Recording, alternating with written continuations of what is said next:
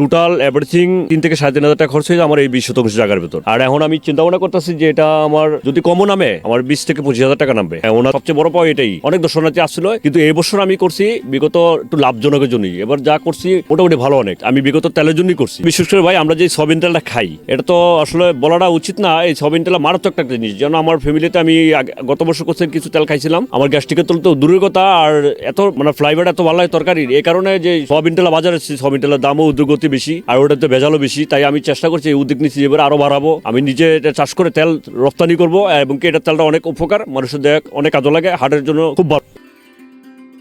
চাঁদপুরে চাষ হচ্ছে সূর্যমুখীর। কম খরচে অধিক লাভবান হয় এই চাষ কৃষকদের মধ্যে জনপ্রিয় হয়ে উঠছে।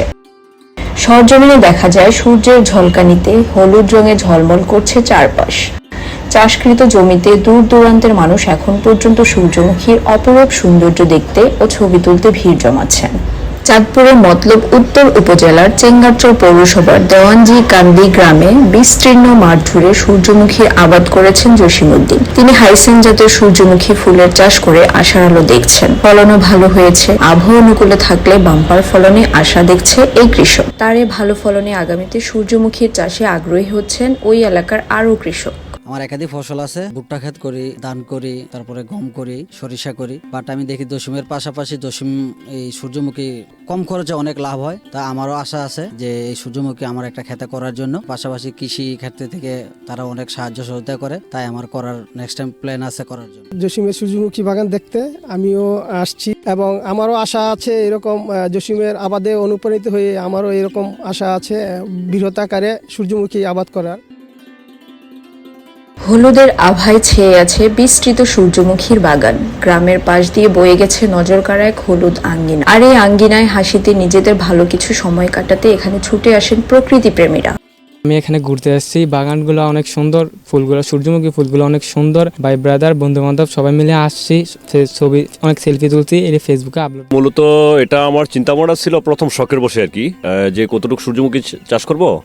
আর কৃষি অফিস থেকে আমার বলছে যে আপনি একটু সূর্যমুখী চাষ করেন। তো আমি প্রথম বছর করছি, ভালো লাগছে, আমি লাভবান হয়েছি। দ্বিতীয় বছর এবছর যেভাবে করছি, এবার আশা করা যে আমি যেহেতু প্রথম বছর নতুন ছিলাম, এবার আমার খুবই ভালো লাগছে। এবার আমার যে বাগানের ফুলগুলো আছে পরিপূর্ণ, এটা তেলের জন্য অনেক বিখ্যাত, ঠিক আছে। আর এক একটা ফুল থেকে আপনার 2 থেকে 250 গ্রাম মানে বীজ পাওয়া যায়। ওই বীজ থেকে অর্ধ মানে 100 গ্রাম তেল বাড়ে। তাহলে আমি চিন্তা ভাবনা করলাম যে এটা লাভবান। প্রথম বছর লাভবান হয়েছি, এই বছর আমার আরো বেশি লাভবান। এবং কি এটা তেলের কথা যে অবস্থা, তেল এটা বিশেষ করে আমি এটার জন্যই করছি যে বাজারে যে সয়াবিন তেল কিনা খাই তার তো বেশি ভালো। আমি নিজে যদি চাষ করে খাইতে পারি, তো প্রথম বছর আমি বাঙ্গায় খাইছি, তেল অনেক ভালো। আর আমার গ্যাস্ট্রিকের ওষুধ তো লাগেই নেই। আর মূলত এটা চাষ করার জন্য আপনার সার কীটনাশক এগুলা মোটামুটি কীটনাশক লাগেই না। আমি কীটনাশক দেই না, 1 ফোঁটা কীটনাশক আমি এটা ইউজ করিনি, ঠিক আছে। আর এটা কীটনাশক পোক লাগেই না, মুগল তৈলের সার লাগে খুব কম। আমার 20 শতাংশ জায়গার ভেতর আমি ইউরিয়া বেশি দেওয়া ভালো না, এই ইউরিয়া আমি 3 কেজি ইউরিয়া ব্যবহার করছি আমার এই জায়গাটা। আর আমার টোটাল এভরিথিং 3 থেকে 3,500 টাকা খরচ হয়েছে আমার এই 20 শতাংশ জায়গার ভেতর। আর এখন আমি চিন্তা ভাবনা করতেছি যে এটা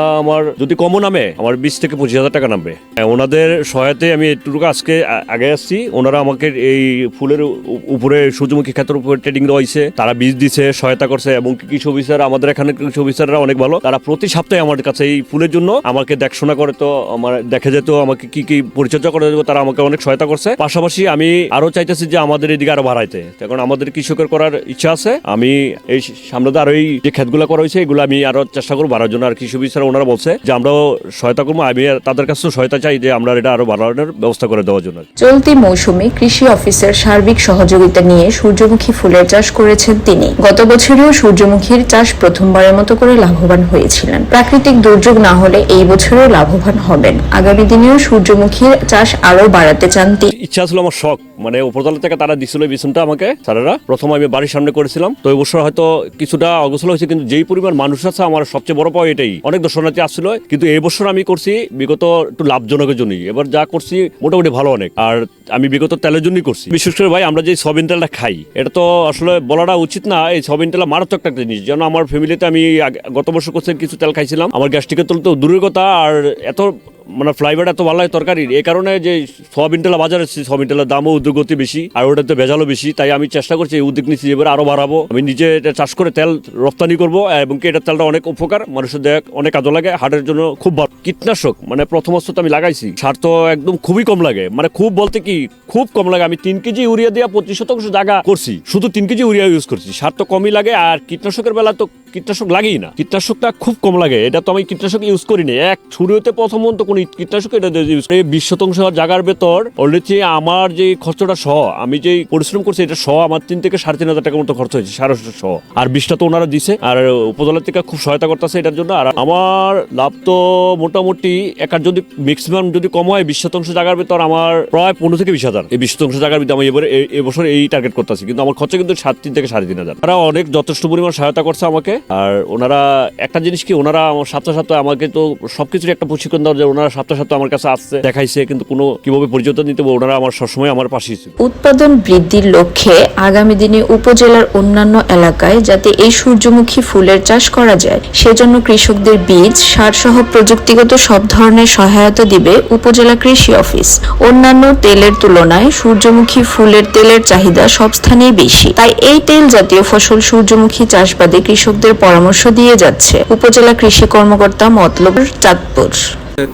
একটি অত্যন্ত ভালো মানের ভোজ্য তেল, বিশেষ করে মধ্যপ্রাচ্যের দেশগুলোতে সূর্যমুখী তেল প্রচুর পরিমাণে ব্যবহৃত হয় খাবার হিসাবে। তো আমাদের দেশে সূর্যমুখী তেল এখন সূর্যমুখী চাষাবাদ জনপ্রিয় হচ্ছে, আমাদের দেশে সূর্যমুখী আবাদও আস্তে আস্তে বাড়ছে। সূর্যমুখী তেলে ক্ষতিকারক ইউরাসিক অ্যাসিড নেই এবং এটা আমাদের হার্টের জন্য খুবই ভালো। যাদের হার্টের বিভিন্ন রোগ রয়েছে তারা এই সূর্যমুখী তেল খেতে পারে। সূর্যমুখী তেলে ওমেগা 6 রয়েছে এবং এই ওমেগা 6 ডায়াবেটিক্সের জন্য খুবই ভালো। এছাড়া সূর্যমুখী তেলে প্রচুর অ্যান্টিঅক্সিডেন্ট রয়েছে এবং যেটা ত্বকের জন্য ভালো। চুলের যত্নে সূর্যমুখী তেল খুবই ভালো। সর্বোপরি সূর্যমুখী তেল একটি আদর্শ তেল এবং আমাদের মতলব উত্তরে সূর্যমুখী 5 হেক্টর জমিতে সূর্যমুখীর আবাদ হয়েছে। আমরা নিয়মিত প্রশিক্ষণের আয়োজন করছি। আমরা কৃষকদেরকে সূর্যমুখীর ব্যাপারে, চাষাবাদের ব্যাপারে আমরা তাদেরকে সচেতন করার চেষ্টা করছি এবং আমরা প্রশিক্ষণে সূর্যমুখীর শুরু থেকে শেষ পর্যন্ত এবং কিভাবে তেলটা নিষ্কাশন করতে হয় সেটা সম্পর্কে আমরা কৃষকদেরকে অবহিত করছি। বর্তমান সরকারের একটি এজেন্ডা রয়েছে যে আমাদের ভোজ্য তেলের শতকরা 40% আমাদের নিজে উৎপাদন করতে হবে। তো সেই লক্ষ্যে আমরা চেষ্টা করছি সূর্যমুখী তেলটাকে এবং সূর্যমুখী চাষাবাদটাকে জনপ্রিয় করার জন্য এবং আমরা খুব আশাবাদী যে এটা খুব শীঘ্রই সূর্যমুখী আবাদ বাড়বে এবং সূর্যমুখী তেল একটি গুরুত্বপূর্ণ অবস্থান দখল করে নেবে।